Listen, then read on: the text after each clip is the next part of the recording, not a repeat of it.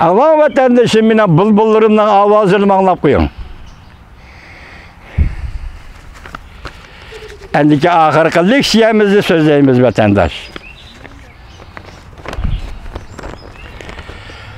Bugün Çislağa 2020 ayının 1. günü hepteki çarşamba vatandaş.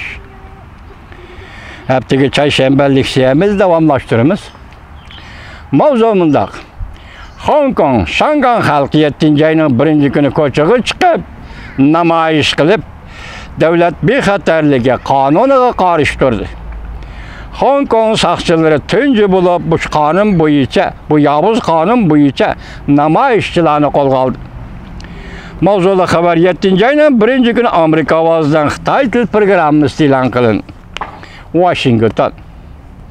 Bu kıtımız Şangay'daki namayışta haber kılışta tor batteriye iki çıkıp kaldı. Lekin Amerika avaz del vaxtida bir qancha parça haber tarqatdı. Öyle ki oktip tor batteri mesela Cungoga nazar deyli büyük İrat orbiti deyli şula aynı vaqt o'tkaziliq namoyishni har kun xabar qilgan edi. Bugun nim bo'ldi tuyuqsiz kechikib qoldi, tor batteriga chiqmay qoldi, lekin bugun attigandan boshlab Amerika ovozining Xitoy til programmasi Şangay Hong Kongda bo'layotgan ishlarning hammasini tafsiliy xabar qildi. Biz shuning uchun bir xabarni sizlarga so'zlaymiz vatandoshlar. Washington. Hong Kong Cungoga o'tkazib berilgan 23 yildan keyin 7. ayning 1. kunida namoyish qilish cheklandi. Cungo Kompartiyasi majburiy yo'l qo'ygan Hong Kong davlat bexatarligi qonuni ijro qilinish paytida minglagan, 10 minglagan, 100 minglagan Şangaylik Hong Konglik hechnimadan qo'rqmay ko'chaga chiqib norozilik namoyish o'tkazdi. Hong Kong saqchi taraf qattiq bostirishni yo'l qo'yish bilan birga tunji qatam namoyishchilarni qo'lga olishga boshladi. 7. ayning 1. kuni namoyish qilish tunji qatam cheklandi. Lekin namoyishchilar o'zligidan ko'chaga chiqib, Tongluvan, Wanzi, Şangay rayonlarida, shahar rayonlari atrofida namoyish qildi. Namoyishchilar shiddat bilan qarshilik ko'rsatdi. Namoyishchilar shiddat bilan qarshilik ko'rsatdi. Zo'r bir turkum namoyishchilar soat 1 atrofida Tongluvan, Zhongguang savdo sari atrofiga to'planib namoyish qilib, buning ichida bir necha 100 nafar namoyishchilar yo'l ustiga, asfalt yo'lga etilib chiqib, shahar tovlab, lozung ko'tarib, qatnashni to'xtatib qo'ydi. Zo'r bir turkum saqchilarni qamal qilindi. Saqchilar yo'lni qamal qilib oldi. Namoyishchilarni qo'lga oldi. Mo'sh suyuqligi chashdi. Nasos bilan namoyishchilar qartab suv chashdi. Hatto matbuot muxbirlariga suv chashdi.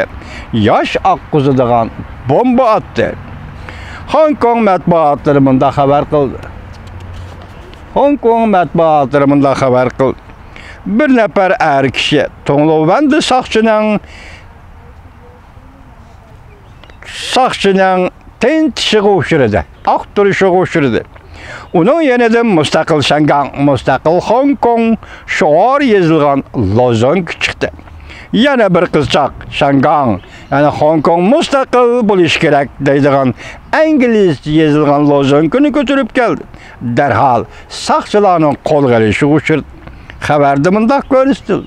Bexatarlik qonuni kuchga ega bo'lgandan keyin saqchilar qonun ijro qilishni boshladi.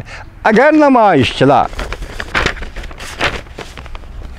Şangay Hong Kong mustaqil Şangay Hong Kong bayrog'ini ko'tarib chiqadigan bo'lsa, kuchga ega bo'lgandan keyingi qonunning bexatarlik qonunining mazmuni bo'yicha qo'lga olishni boshladi.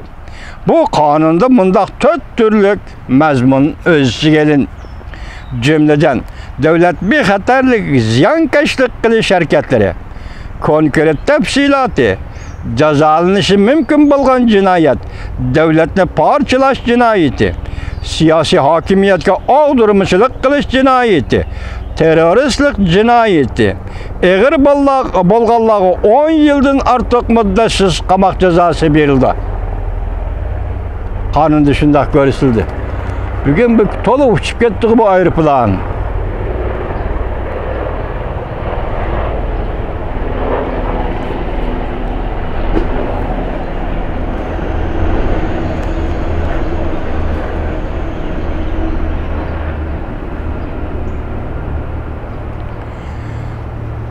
10 yıldan qamak cezası, 3 yıldan 10 yılgacha qamak cezası verildi.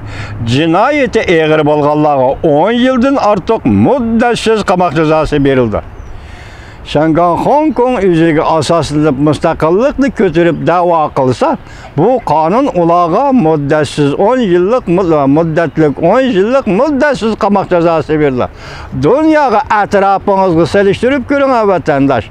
Dünyanın her qaysı joylarida erkinlik ve demokratiyaga ega demokratik devletlerde kişiler şuar dolusu lozung ko'tarsa, bu müstakillik için yoki siyosiy şuar uchun jazo beradigan müddetlik qamoq jazosi, muddatsiz qamoq jazosi beradigan qoida yo'q.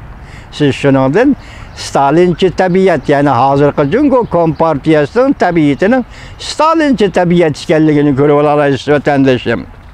Shangang soqchilar uqtirish chiqarib bundoq dedi. Tushdan keyin soat 5da atrofida 180 nafardan ortiq namoyishchi qo'lga olindi.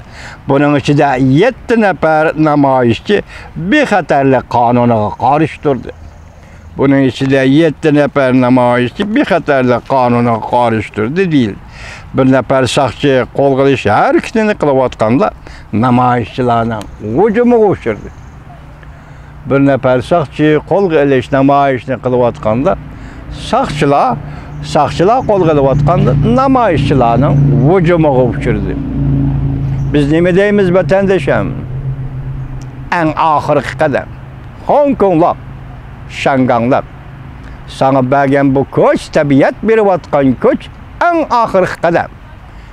Qalbi sari ilgirlab, ching turib, g'ayrat qilib, o'zingning erkinligi, o'zingning hurligi va mustaqilligini qo'lga keltirishingga tilakdosh biz Shangang xalqi, Hong Kong xalqi eng oxirgi bir qadam.